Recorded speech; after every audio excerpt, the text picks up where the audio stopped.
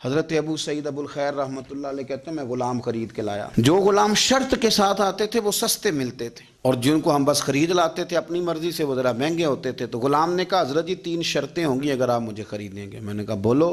کہنے لگا پہلی شرط یہ ہے کہ میں سارا وقت آپ کی بات مانوں گا، پر اذان ہوگی تو پھر میں کسی کی بھی نہیں سنوں گا، پر میں جانوں میرا رب جانے. میں نے کہا قبول ہے. کہنے لگا دوسری شرط یہ ہے کہ دن کے وقت بات مانوں گا، رات کو نہیں مانوں گا. میں نے کہا یہ آرام کرنے کا عادی ہوگا، نیند زیادہ آتی ہوگی، بعض لوگ زیادہ سوتے ہیں. میں نے کہا ٹھیک ہے. اس نے تیسری شرط یہ کہی کہ بہت سارے جگہوں پہ لوگوں کے زیادہ غلام ہوتے ہیں تو ایک کمرے میں 5-5 6-6 لوگ رہتے ہیں. میں کمرہ علیحدہ لوں گا اکیلا، ٹوٹا پھوٹا دے دیں، پرانا دے دیں، کسی حویلی کے پچھواڑے دے دیں، پر کمرہ میں الگ لوں گا. کہتے ہیں میں نے کہا یار یہ بھی قبول ہے. میں اسے گھر لے آیا. میرے دل میں تھوڑا تھوڑا کھٹکا تھا کہ یہ کہتا ہے میں وقت پر نماز کے لیے جاؤں گا، کہیں کام چوری نہ کرے، لیکن فرماتے ہیں یہ تو کام دوسروں سے زیادہ کرتا تھا اور توجہ سے کرتا تھا اور ذوق سے کرتا تھا. 2 دنوں کا کام 1 دن میں کر جاتا. فرماتے ہیں ایک رات کسی مجبوری کے لیے مجھے کوئی پیغام آ گیا، کہیں جانا تھا. میں اور میری اہلیہ اٹھے، حویلی کے پیچھے ایک پرانے کمرے میں وہ رہتا تھا. جب ہم اس کے قریب سے گزرے تو اس کے کمرے کی عجیب حالت دیکھی کہ زمین سے آسمان تک نور ہی نور.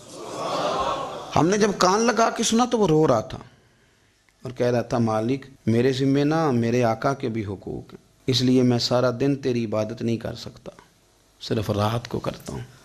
مالک اگر میرے ذمہ تو نے یہ ڈیوٹی نہ رکھی ہوتی تو میں سارا دن بھی تیری بارگاہ میں حاضر رہتا، میں قرآن کی تلاوت کرتا، میں تیرے محبوب پہ درود و سلام پڑھتا، میں یہاں آ جاتا تیری ہی بارگاہ میں، پر میرے حقوق ہیں. اللہ مجھے دن کی میری غفلتیں ہیں وہ معاف کر دے.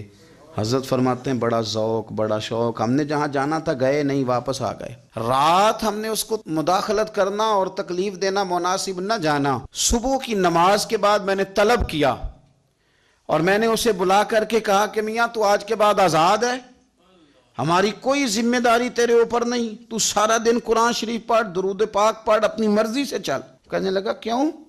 جلال میں غصے میں بات کرنے لگا. کیا مطلب ہے آپ کا؟ میں محنت کروں گا، کام کروں گا، یہ آپ کیا کہہ رہے ہیں؟ تو فرماتے ہیں میں نے اس سے کہا کہ رات نا ہم نے تیرا منظر دیکھ لیا، تیری دعائیں تیری التجائیں، رب کے ساتھ تیرے رشتہ ہم مطلع ہو گئے. کہتے ہیں ہم نے یہ کہا تو اس نے آسمان کی طرف دیکھا، پھر نظر جھکائی. کہنے لگا مالک تو نے تو راز ہی کھول دیا. یہاں لوگوں کی جعلی کرامت مشہور ہو جائے تو وہ کمائی نہیں کرنی شروع کر دیتے، تویز دھاگے کی دکان نہیں چل جاتی. اللہ تو نے راز ہی کھول دیا. میں تو سراپا مخزن راز تھا، میں رہا تھا مدت و راز میں، یہ تو تیرا شوق کے دید کشاں کشاں مجھے کھینچ لایا مجاز میں. تو نے یہ کیا عجب کیا، مجھ کو بھی فاش کر دیا، میں ہی تو ایک راز تھا سینہ کائنات میں، مالک میرا بھی راز کھول دیا. اور پھر کہنے لگا اللہ یوں نہ کر، تیرے میرے پردے ہیں، ان پردوں کو نہ کھول. یہ لفظ کہے زمین پہ لیٹا، کلمہ پڑا، روح ہی پرواز کر گئی. عرش فرشتے بانگا ملیاں، مکے پہ گئے شور. بلے شاہ اسا نہیں مرنا، اے تے مر گیا ہی کوئی ہور، اسا نہیں مرنا تے مر گیا ہی کوئی ہور.